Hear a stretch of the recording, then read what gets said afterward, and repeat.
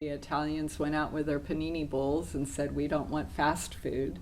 We want Interesting. slow food, That's centered wow, in okay. organic food and cultural traditions and really wanting to save. And I got to admit, when I got there, I kind of thought, yeah, there's going to be a lot of burnt out old hippies that, are just kind of yeah.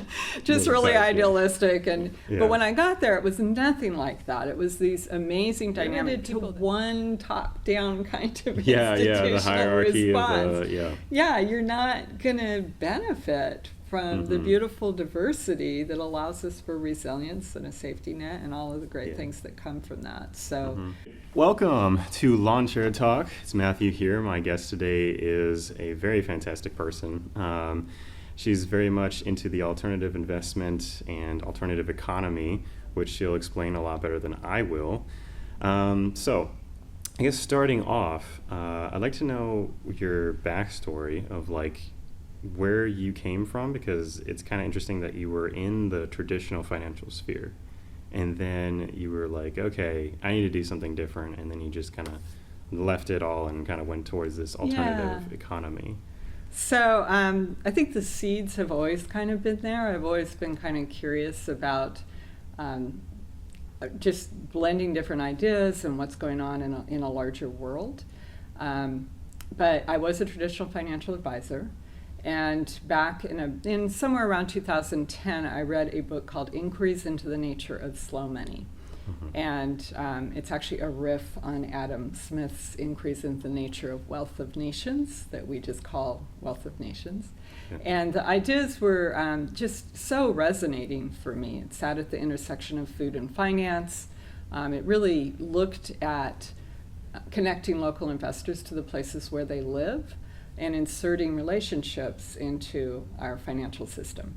And because I was a traditional financial advisor, I really have long recognized, both personally really, and with people around me, there's a lot of dysfunction around personal finance, and this idea of bringing money down to earth and really making it meaningful within our sustainable food economy was something that was really interesting to me. So I read that and immediately went on the computer to see if there were any local networks, and there were not. It's like, yes, Southern California just wasn't doing it. There was one up in Northern California, and I went, of course. Of course. So I kind of put it on the back burner. I turned to some other books in the space. Amy Cortez had written a book called Locavores, which I devoured, that was on a similar topic, and just really mused on the ideas, but it was pretty theoretical at that point. It didn't occur to me to start a chapter of our own. I just am not really that kind of a person. Okay. And then in 2012 is when it happened, but I learned of it in early 2013. A couple of guys who didn't know each other before they got here, both from Colorado, which is Slow Money's headquarters, wanted to start a local Slow Money network. So they brought a network together. It started in Orange County, and I learned about it and immediately went, oh my gosh, it's happening here. and I got to admit, when I got there, I kind of thought, yeah, there's going to be a lot of burnt out old hippies that, are just kind of just really idealistic. But when I got there, it was nothing like that. It was these amazing dynamic people that had a lot of experience. One individual had worked with the World Bank, another person actually out of Northern California, but who really shepherded our work down here, was a Fulbright scholar who had ended up being a quant for one of the major money managers in the area, and had left his work because his values so collided. Whole Foods buyers were very much a part of our young burgeoning chapter here, and I just fell in love with that, and it was so deeply aligned with my values. And it did take a couple of steps. I was a traditional financial advisor, and these ideas of community investment were in direct conflict with the licensing procedure, which is actually understandable when you look who could conceivably be liable in those situations. They were really uncomfortable with that. So they asked me to take a step back from leadership or really anything more than a very quiet quarter kind of membership, if I even mentioned that. And I was just like, the more I thought about it, and again, it did take a couple of steps, and I finally realized that this was something I really, really wanted to be a part of. So I got more involved and evolved from there. Yeah, so. that's awesome. Because I feel like there's a lot of that where somebody like reads a book and then that book just like, and then they go off on like a different direction in their life. I love hearing that kind of story. I know that I didn't mention your name. It's Michelle Greenwood, just to put that in there for the context. But I was thinking about like, because we had talked before about, how to define like what it is that you do in this alternative economy. And actually, I tried to get into the financial industry selling insurance and then, trying to be an advisor later on. Never got to that point because I just couldn't take the industry. But I was taking an accreditation. It was accredited wealth management advisor designee kind of thing. And in that, they say that you can ask these questions to very wealthy families for their children when they're going to inherit their wealth. And one of the things was, have you trained your children to be the proper stewards of wealth? And so I kept thinking about that. And then I was also listening to a lot of, Alan Watts, and he was talking about how we confuse the symbol with the reality, and that we have this notion that money is wealth, but it's not that connected. It's like words have meaning. And just as words are not the physical world, money is not wealth. So in that sense, it's kind of disjointed. And so I was thinking that with this whole movement of, sustainability, with, impact investing and other things inside that realm, I think it's getting back to the actual understanding of what wealth is in an actual tangible sense, or more tangible sense. And so I would like to see what your kind of critique is that I think that what you guys are trying to do is you're trying to teach people coming into this space, or the next generation coming up, to be the proper stewards of the renewable wealth that the planet and that our community provides to us. Would you agree with that? Yeah, okay. I would. That was pretty simple. So in our community, and in fact I was just speaking with an entrepreneur out of the Oceanside area, who is committed to the honeybees, to pollinators. He has a meadery, the honey fermented drink. And we were talking about the role of authenticity, especially from the entrepreneur side, although we're working on that from the investor side too. And that sense that when you meet an entrepreneur who has committed to these larger values around sustainability or social justice or whatever their vision and personal mission is in this world, you sense that authenticity. And as he and I were discussing this, and we know each other quite well, he turned to me and he goes, and you can't fake it. And that's absolutely true. That integrity just rings through. So you can see it. It's kind of funny when I was learning about all that kind of stuff, and I could see the type of person that was in that kind of paradigm. It was like in the eye contact, you could just tell. It's like a very steadiness, like an open kind of people a little bit. And there was quite a few people that I met, and it was just like instantly like I understood. So I actually I know of a woman who's now gotten her PhD. She was really interested in the slow money movement and the local economies, and she had looked to, although I don't think she had actually studied it, to see how that authenticity attracted investment in a different direction. When somebody pitched, if you could sense that commitment to values, how that would play out in that relationship between the person bringing financial capital or financial resources to the entrepreneur and the entrepreneur themselves. Yeah, I mean, that's so cool. So I guess I wanted to get into why it is that we're so kind of slow. Or, there's a common frustration that you get when you see the opportunity to kind of put your money into these types of vehicles, and you can, really make an impact, and why it is that we're trying to get to that, but we're not actually, moving ourselves, mobilizing ourselves as much as we would, like to be. Wow, that's a big question. Yeah. So Really, I actually feel kind of blessed to have gotten into slow money, right? Mhm. Which is part of a larger slow movement. Slow food is the granddaddy of all, started back in 1989 in Italy. Oh, Um, didn't know it was there. Okay. yeah, when McDonald's came to Rome, the Italians went out with their panini bowls and said, "We don't want fast food. We want Interesting. slow food." That's Centered wow. in Okay. organic food and cultural traditions, and really wanting to save, the essence of a national cuisine, right? Huh. And we did bring it over to America, so that's the granddaddy of all the slows. And they did, interestingly, use the English version. They didn't, in response to fast food, which was English, they That's also called it interesting. slow food. So the slows, and Huh. there's slow travel. I mean, there's a lot of slows that are out there. So the slow movement is really important. And Woody Tash, who's the writer of Inquiries into the Nature of Slow Money and the founder of the slow money movement, he felt inspired by slow food. He was looking for all kinds of names for the work that he was doing, patient capital, nurture capital. And then when he found slow food, he went, ding, ding, ding, ding, ding, Yeah. that's it. It's got to be slow money. And he warned us really early on that the work that we were doing was not going to be fast, that it might take a generation or more, and that didn't take away from the urgency of the work that we were doing, but that we needed to, Yeah. kind of ride with this. And we're making structural change. Yeah. And my work in other systems thinking kind of suggests that slow can be frustrating and inhibiting, but it's also kind of good because it allows for richer synthesis. We're not making quick, leveraged responses, which are what kind of have gotten us into a lot of trouble. Yeah, a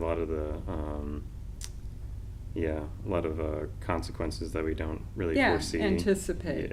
Yeah. So, I mean, because when- it's complicated. One, Mhm. so you want slow, small interventions, to borrow from Yeah. other systems thinking. So yeah, and again, that doesn't distract or detract from the urgency of the work that we're doing. And quickly, we do need to pivot. And I think we all recognize that, and we're building the layers and the opportunities and finding models. In fact, much of the work that we're doing as a community, not just slow money, but as an alternative capital kind of community, is recognizing that some of the models that we're looking at, like cooperatives, for an easy example, really have a very, very rich traditional history that goes many, generations back. So that kind of grounding and understanding that these models have been tried and worked, and now we just need to apply these in new situations, can probably help with some of the urgency needs that we have right now. Yeah, interesting. I guess my one thing is that I look at, let's say, like the work of like Frederick Laloux in his book Reinventing Organizations, and I see that it's like, okay, this organization is obviously superior. Like it obviously functions a lot better, and people are happy and they get their work done and all that kind of stuff. But I think that there was kind of like the same type of deal with what you're working on. It's like, obviously this is better for the community, it's better for people, it's healthier, it's all that kind of thing. So what do you think is a good example of like where you've actually implemented it to where you've done it a success, but then there was another time you try to implement it but it didn't succeed? Kind of like comparing what the success factor was in those two things. That's actually kind of difficult, so let me kind of pare it down. So first off, I guess you could talk about the larger slow money movement. And again, I should just mention that I worked with slow money from I joined in 2013 through August of 2018. And Slow Money Southern California was not able to authentically, if you will, meet their chartering requirements. And so as a leadership board, and the chartering requirement that we weren't quite meeting was a single investment in the course of the year. And if we looked around, we actually probably had that dynamic going, but we chose to really really kind of be authentic and honor the spirit of the law, not just patch together some kind of a charter requirement. And we also recognized, which I think was really meaningful for all of us, that sometimes letting something die is a way to release energy so that new things can come out of that. So it's nourishment for the next. Yeah. So, and I'll get back to that, which maybe that's even a story. But so during that period of time, I evolved my own company, Good Capital Projects. Okay. And the very first thing, which I was already involved with, but it released me and put more energy towards that, is I moved more towards the social justice side by working with the LA Solidarity community out in Los Angeles. Okay. So Slomeni is more grounded in sustainable food and the environmental movement. And it is very inclusive and wants to work towards that. Slomeni had one of the very first bilingual gatherings, get-togethers here in Southern California. I mean, we worked hard to be inclusive, but it's really about environment, whereas the solidarity economy is more, they care about environment and Mother Nature and, you know, all rights holders and stakeholders. Yeah. But they're really, fundamentally, their primary focus is on social justice and an inclusiveness there. So those two things kind of were, they've been beautiful to work in both communities because they do inform one another. Uh-huh. So I just wanted to be clear that Slomeni Southern California is not currently, and that, but actually just recently we have interest from San Diego of recreating a Slomeni network here, which is what we had hoped. With new leadership and a new reboot and a new vision. So we should know about that shortly. Okay, so do you think that it is the community that kind of surrounds it that's really the biggest factor for success? Yes. Okay. And that's always been interesting to me because I immediately saw that the money in Slomeni really was about community building. You're putting it in the middle of everything and building community around that. Yeah. Because you're going to be more so kind of like a integrated kind of hub for what people are kind of aspiring and kind of growing into, in a sense. Yeah. Right, and it's values aligned, so you're meeting people that, you know, share your tribe, right? You feel comfortable. These are my people. Yeah. So, and we were eating together, which is a wonderful byproduct of both of the Slomeni community. There was always food at all of our meetings. Food is always a thing. Like when I was looking at, like, you know, when people kind of get into a different headspace with, you know, there's spirituality and then there's like the food and there's like, you know, different types of things, but the food is always like top. Like it's always relevant to that kind of Well, space. even in spirituality, and again, there's a wonderful book called Slow Church, who was on the at one of our Slomeni gatherings. So, and the idea of breaking bread. I mean, these things are fundamental to our health, our family's health, to our community health. Harvest festivals. I mean, all of these things play together. So you did ask about a situation where it worked well or not. Yeah. So, so I will say that on the kind of big picture side is Slomeni actually didn't turn out to work very effectively in its current iteration. I hope that it will in the future in Southern California. Although it did. But in Northern California, right? It's still doing quite well. Okay. And again, so smaller, so we're fragmented geography, broken up with freeways. Even my most committed folks, we were able to put together a Slomeni-minded investment club in the area, but people were traveling. A lot of people moved out of the area at retirement looking for more values-aligned communities. Just a lot of transition. It was very difficult for people to connect. Whereas, you know, in Denver, Colorado, right? You've got this little, you got a little bubble. So, and they even talk about, to translate over to Silicon Valley and things that are happening there. Again, that's investment, right? Yeah. You're more likely to run into an attorney and a serial entrepreneur and an investor that all have extreme experience, whereas here we have to really work to bump into each other. We're usually in our little cars, right? And again, those things, starting with understanding what some of the regional characteristics are the way to start to imagine a way to overcome them. So do you see that Southern California is changing into that? Slowly but surely? I think, again, if I reflect back to 2013, 2014, and I do remember having a conversation with somebody like that. I lived here and kind of wanted to reinvent that experience. I lived up in Berkeley for over 8 years, and I did used to bump into people at the coffee shops. We knew who was going to be where and had amazing conversations. And I always wanted to create that feeling, right? I'd had that experience, and I wanted that community feeling here. And I'd lived down here since 85-ish, and it took me to 2014, and this, again, that values alignment, there were a million of, not a million, I'm sorry, I exaggerate. There were a couple thousand. Well, for some scale, we were getting close to 200 people to attend these meetings in San Diego, roughly 40 in Orange County, and roughly 100 in Los Angeles. Inland Empire, we got 12, but the 12 people that tended to show up were all very much thought leaders and real important individuals for the larger ecosystem. Yeah. So obviously the character was different in different places, but of those people, we shared values, and we were like, oh my gosh, there are a lot of us here in Southern California that believe these things.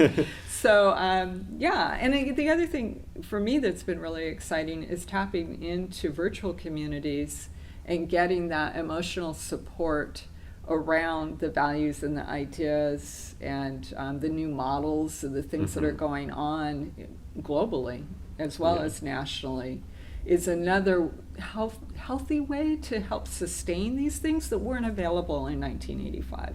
Yeah, interesting. Yeah, you tapped on a lot of stuff there. I think it's so awesome. So exactly how do you see like the next step for you in terms of like what are you going to be doing to try to impact the community to move towards this slower kind of pace? Yeah. Well, I don't know that it's all entirely slow. Well, yeah, but you know what I mean. It's like slow money, slow this. It's like that's the title we're using. Woody Tash talks a lot about that visceral feel, and I like to draw a connection, which I made long before that, around, do you want to buy Weber bread off of the shelf if Weber bread is even available anymore, that old white bread, or do you want to be baking bread in your kitchen? And certainly there are trade-offs for both, but one is giving you a much fuller experience that engages you across. Yeah, my mom used to make bread, so I know what that experience is like. Yeah, it's just beautiful to have that. So to do that, so this is a really interesting time to me for this movement. Really, if you look back for this kind of introduction where everybody kind of thought they had reinvented something, goes back about 10 years for the alternative economy movement. So we're talking about the publication of Slow Money. We're talking about Business Alliance for Local Living Economies that Judy Wick and Michael Schumann put together. There were some other important, significant things that happened, mostly in kind of the mainstream community, and people did think that they were, looking around and kind of moving away from the traditional structure for the first time. Of course, if you pause and look back, again, that traditional cultural tradition, goes way further back than anything it's so we had entrenched. acknowledged. So, but that's only been happening for about 10 years. And again, my exposure is from 2014. And we have worked and we have been frustrated and we have iterated on ideas to try to bring investors into these communities. But roughly 18 to 24 months ago, I'm sensing that we've hit not anywhere close to a viral moment, but an inflection point. And a couple of things have happened during that period of time. A couple of our more primary thought leaders, and I'm speaking primarily of Michael Schumann, Woody Tash, and Jenny Casson, have done something to help with the infrastructure right now. So Michael is working on a book and a project around self-directed IRAs, where we would actually take retirement money, which, of course, if you look at pensions, that's much greater than just savings available to people. So allowing us to use those self-directed IRAs, not just to do some kind of fast real estate hustle, but actually to be investing in our local communities. So he's working on a self-directed IRA project. A book is coming out that he has written on self-directed IRAs, and a lot of really great work to help remove some of the barriers that have made it difficult for people to implement, and some guidance in community. There's a community called The Next Egg that's a virtual community that people are joining. I'm a part of that, and we're supporting each other and bringing up questions, and so a lot of interesting work in that. So virtual community and a book. Jenny Casson wrote a book a couple years ago about finding your best investors for entrepreneurs. It's not so much for investors, it's more for the entrepreneur side of it. Yeah. She created a virtual community called Angels of Main Street, of which I am also a part. And you're just all over the place. Well, virtually you don't have the commutes. Yeah, that's true. So again, national organizations where people from all over the place are bringing their expertise. Some of the people in Angels of Main Street are what you were referring to, accredited investors. Yeah. Those sophisticated investors by the SEC requirement that make you have to make between roughly $200,000 a year or $1 million in investable assets, excluding your home. So she has done work around that with Angels, and then there are community investors like myself who don't fall in the accredited investor arena but want to move some of my financial resources towards small business in my community that is typically triple bottom line oriented, so people, planet, and profits. And then Woody is actually working on a book right now about shared risk. So I think, and he has actually iterated on his model a little bit, moving beyond investment clubs to a revolving fund, where individuals actually make a donation, so they don't have to be responsible for due diligence and all of the other things that make people wary of doing direct investment. But then when that donation fund is called SOIL, and I'm not going to remember what it stands for, but it's a delightful acronym, so you can look that up. That it's a revolving fund for the entrepreneurs. So the entrepreneurs would be probably getting, I believe it's a 0% or what we would call a conciliatory interest rate, but it's not a grant to them. Those entrepreneurs do need to pay that money back. So we're really working with, so we, as a group, we're all working with looking to see where those friction points were around due diligence, time commitment, kind of wanting that set it and forget it if I make a donation, right? Everybody loves that. That's like the one thing that you try to sell, Which is the antithesis of making bread. But and you can bread, right? Raising dough. There you go. I get it. So, but there will always be people that want to sit in a knitting circle and those that want to buy the sweaters. So I mean, there's. Or the artisan bread. We'll keep our analogies the same. We'll keep it consistent. Consistent. So we did an event in Los Angeles called Go Ahead and Get Invested, and we invited philanthropists who might want to make their money go further, right? If that money's returned to them, they can redeploy it to new things, and if it fails, because this is risk capital, then they're no further behind than they would have been with a grant. Right? So we engaged philanthropists, community members, and some nonprofit folks that are real thought leaders in the nonprofit space. So Go Ahead and Get Invested did that, and we managed to bring some new people to the Angels of Main Street platform through that experience, and we're hoping to replicate that here in Orange County. We have a couple of other speaking engagement workshop types of activities that are in the planning stage, and when they're ready, I'll let you know and we can invite people. So it'd definitely be cool to talk to some of those people as well. So I guess for the video and everything, I'll probably put a bunch of links of different things of your whole project. And yeah, I think that it's probably going to be just like a community thing where it's like people have to bring in ideas and bring in resources and bring in different types of ways to actually get this thing off the ground, because it's a community effort. I think I don't think it's going to be like, one organization that kind of just comes in and is like, we're going to set this up, and We don't want that, to be honest. The diversity of voices, if you're limited to one top-down kind of institutional the hierarchy response, of you're not going to benefit from the beautiful diversity that allows us for resilience and a safety net and all of the great things that come from that. So, no, the multitude of voices is a wonderful thing. Yes. Let me Like share that. briefly one other project. So this came about as just kind of a one-off. So Kiva, if you're familiar with Kiva at all? Kiva rings a bell. But Kiva is kind of considered the granddaddy of all crowdfunding, and they worked primarily with developing countries, and people do crowdfunded loans. So for as little as $25, you put in money and crowdfund for an entrepreneur, and that entrepreneur then is given a loan. And they started in developing countries, so it might be like $100 and the person could make rope, right? Yeah.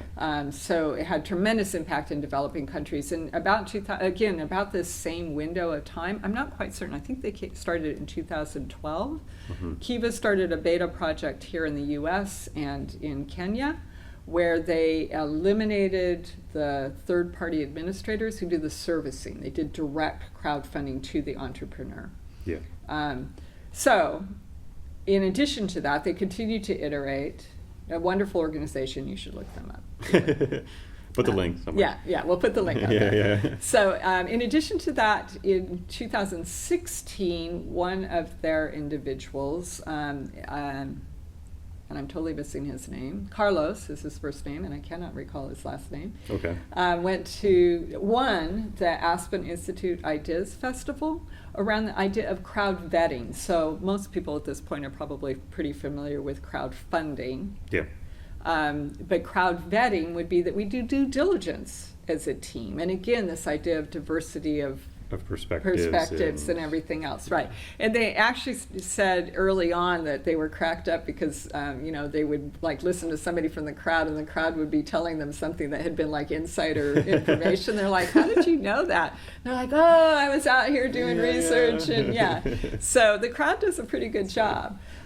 So I have actually participated in a couple of different iterations early on, but like anything, I commit to doing it for myself to improve kind of my own pattern recognition around due diligence, right? Yeah. Looking at financials and just getting more comfortable with how impact weighs on that. And I would commit, and I would go through the year, and I'd be like, oh, another year, and I haven't done it. And in December, I saw them again, and I went, you know what, this year I'm going to do it. And I'm like, wait, I have all these virtual communities and friends, and I'm like, I'll just ask them if they want to do this with me, right? Yeah. So I ended up finding about 7 people that wanted to do it with me, and it's called GCP Crowd Vetting Team. And it works kind of like a book club. It's very informal. You do your own work, but we kind of connect with each other and kind of discuss, well, what did you see? What did you think? And we're just completing our first crowd vet for a water sanitation place out of Latin America. So that's an ongoing project, and it's fun to date. I'll let you know, but I was so excited to find other people that wanted to do this with me. Yeah, it makes it a lot more interesting. Well, there definitely are, and I hope that this video kind of reaches out to them. I know that we're a little bit of a time crunch because I know that they want to talk with you. So I just wanted to say thank you to Kua Consulting. There you go, if I'm pronouncing it right. For letting us stage it here, and we're going to have a little bit of conversation with them a little bit later. But was there anything else you wanted to kind of touch on? No, I think this was a wonderful opportunity. I appreciate it, and thank you. Definitely, yeah. Well, thank you for being here. It's definitely awesome. Fun to share. Yeah. Fun to share. Yeah, so definitely hit those links wherever I post them. And then also, if you want to leave a comment or subscribe or like this video or whatever, definitely do that. Try to get involved. So with that. Thanks for joining us. See you guys next time.